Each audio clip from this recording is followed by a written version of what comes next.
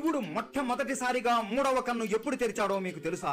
ఒక రోజు కైలాసంలో శివుడు తపస్సు చేస్తూ ఉంటాడు. కొన్ని వందల సంవత్సరాల నుండి శివుడు ఈ తపస్సులో మునిగిపోయి ఉంటాడు. అదే సమయంలో దేవతల్ని కూడా వణికించే ఒక రాక్షసుడు జన్మించాడు. అతని పేరే బాణాసురుడు. ఆ బాణాసురుణ్ణి ఎదిరించలేక దేవతలు అందరూ వణికిపోతూ ఉంటారు. అప్పుడు విష్ణువు ఆ బాణాసురుడు దగ్గరికి వెళ్లి, ఈ ప్రపంచంలో ఉన్న అందరికీ నువ్వంటే భయం, కానీ ఒక్క శివుడికి తప్ప.